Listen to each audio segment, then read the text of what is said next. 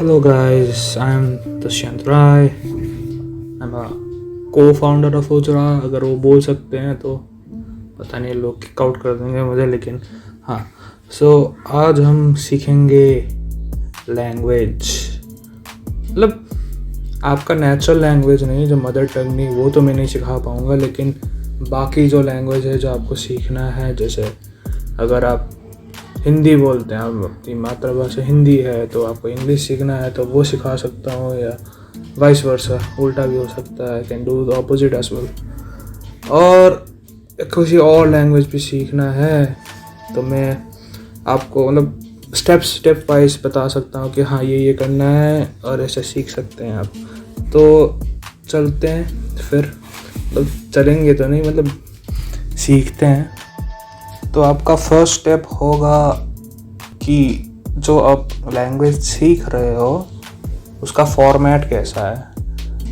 उसका फॉर्मेट होता है, इंग्लिश और हिंदी बहुत डिफरेंट लैंग्वेजेस हैं, और वैसे ही सारे रीजनल लैंग्वेजेस भी बहुत डिफरेंट रहते हैं इंग्लिश से कंपैरेटिवली।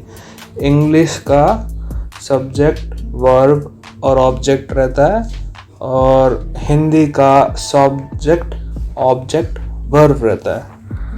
सुनिए, फर्स्ट का रहता है सब्जेक्ट, वर्ब, ऑब्जेक्ट, ये इंग्लिश का, और हिंदी का रहता है सब्जेक्ट, ऑब्जेक्ट एंड वर्ब। जैसे एक एग्जांपल होगा हिंदी में, हिंदी और इंग्लिश में हम बोलेंगे I live in Mumbai. I subject हुआ, लिव इन वर्ब हुआ, मुंबई इन मुंबई ऑब्जेक्ट हुआ। लेकिन अगर वही चीज़ आपको हिंदी में बोलना है तो आप बोलेंगे मैं मुंबई में रहता हूँ, मैं सब्जेक्ट, मुंबई ऑब्जेक्ट और रहता हूँ वर्ब। इसी तरीके से आपको देखना पड़ेगा कि आपका लैंग्वेज जो आप सीख रहे हो वो कैसे लिखा जाता है। उसका एक पर्टिकुलर फॉर्मेट रहता है, सिंटैक्स बोल सकते हो आप, एक पर्टिकुलर तरीके से सीखता है। तो आप वो अगर देखेंगे और सीखेंगे और उसको इम्प्लीमेंट करेंगे तो आपको बहुत अच्छा होगा, जल्दी सीख पाएंगे आप।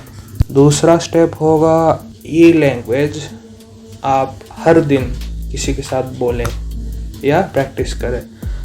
You need to practice the language every day for a couple of minutes, for 10 minutes, for 20 minutes, 20-10 minute, कुछ भी किसी के साथ बोलना पड़ेगा आपको। अकेले बोल के या लिख के नहीं हो पाएगा, किसी के साथ बोल के, आर्टिकुलेट करके, तभी आप सीख पाएंगे एक लैंग्वेज को। थर्ड पार्ट होगा, आप जब मिस्टेक्स या जब आप बोलते होंगे, मतलब किसी भी नए लैंग्वेज का अगर जब ट्राई करेंगे बोलना या सीखना, तो मिस्टेक्स होंगे ही होंगे। कुछ भी करके आप मिस्टेक्स करेंगे ही। तो बस यही है कि आप वो मिस्टेक से सीखें, उसे स्टॉप मत करिए लैंग्वेज सीखना। You need to learn the language with the mistakes ही आपको सिखाएगा। उससे डिसहार्टन मत हो जाइए, सीखते जाइए, हो जाएगा। चौथा पार्ट, आप वो लैंग्वेज में बुक्स पढ़िए। बुक्स तो नहीं, स्टार्टिंग में आप वीडियोस देखें, फनी वीडियोस, स्पीचेस, कुछ भी। जैसे आपको इंग्लिश सीखना है तो स्पीचेस देखिए, और सबटाइटल्स के साथ। सबटाइटल्स के बिना आपको समझ नहीं आएगा, लेकिन वो करिए। मतलब अगर आप देखते जाएंगे तो आपको वो पर्टिकुलर वर्ड्स याद होते जाएंगे दिन में, क्योंकि स्टैंड आउट करता है जब आप एक ही वर्ड को देखते हैं और वो सबटाइटल में उसका मीनिंग रहता है, तो आप समझ जाएंगे कि हाँ ये वर्ड का मीनिंग ये है। तो आपको बहुत मदद मिलेगी उस वीडियो से। फिफ्थ पार्ट होगा, आपको उसका ग्रामर पढ़ना और लिखना चालू करना पड़ेगा।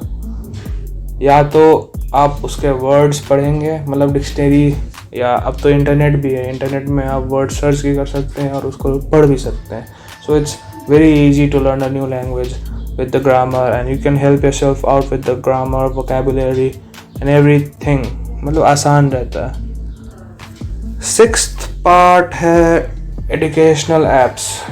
आजकल इंटरनेट में एप्स, वीडियोस सब कुछ मिल जाते हैं लैंग्वेज सीखने के लिए, या आपको ब्रशअप करना है पुराना लैंग्वेज। जैसे डुओलिंगो एक बहुत अच्छा ऐप है, और बहुत सारे ऐप्स हैं प्ले स्टोर में या एप्पल स्टोर में।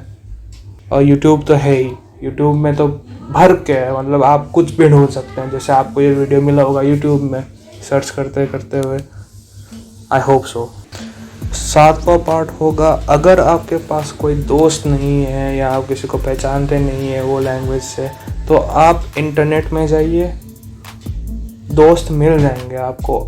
बहुत सारे साइट्स रहते हैं, ऑरकुट, डिस्कॉर्ड और ऐसे बहुत सारे चैटिंग साइट्स रहते हैं जहाँ पर आपको सिखा देंगे। और ऊपर से अभी तो इंस्टा में लोग पेजेस खोल रहे हैं लैंग्वेज सीखने के लिए, वो हेल्प आउट कर देते हैं। बस कुछ फ्रॉड रह सकते हैं, वो आपको देखना पड़ेगा, बस उतना ही है। 8th पॉइंट, आपको खुद के साथ वो लैंग्वेज में बोलना पड़ेगा। जैसे मेरा फर्स्ट लैंग्वेज नहीं है हिंदी या English, like I am Nepali, so I speak in Nepali. So until 10th मुझे हिंदी नहीं आती थी, या इंग्लिश थोड़ी मतलब ठीक ठाक आती थी, हिंदी नहीं आती थी। So in the span of 2 years I learn Hindi. कैसे खुद के साथ बात करके या दोस्तों के साथ या वीडियो देख के। सबसे इम्पोर्टेंट बात खुद से बोलना है। और जब आप माइंड में सोचते हैं तो हिंदी में सोचना या किसी और लैंग्वेज में जिसमें आपको सीखना है, जैसे इंग्लिश में सोचना पड़ेगा अगर, so like you have to think in your mind with that language, you will learn आसानी से। 9th पॉइंट, ये बहुत एक अनप्रोफेशनल साउंड करेगा और मतलब चाइल्डिश है, लेकिन जब आप उस लैंग्वेज का स्वेयर वर्ड या गाली सीखते हैं, मतलब हाँ मतलब अनप्रोफेशनल तो है, लेकिन सबसे ज़्यादा हेल्प वही करता है। जैसे मुझे तो हेल्प बहुत किया था गालियों से। Even if like her sentence में एक गाली देना वो कंपलसरी नहीं है, लोग वो कर देते हैं गाली सीखने की वजह से, तो उधर से मूव आउट करके। लेकिन गाली सीखना या स्वेयर वर्ड सीखना भी आपको हेल्प करेगा, लेकिन आपको समझ आना चाहिए कि किधर गाली देना है और किधर गाली नहीं देना है।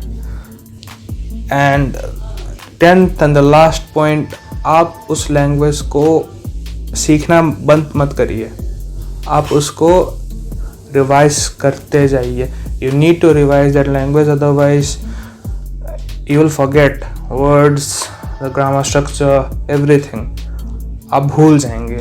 तो आपको ब्रशअप करते रहना चाहिए। Like if you keep on thinking about, like if you think about it for a week, once in a week, तो आपका हो जाएगा, सीख सकते हैं। और इतना ही है तो भाइयों बहनों, इधर ही मेरा टॉपिक ख़त्म होता है।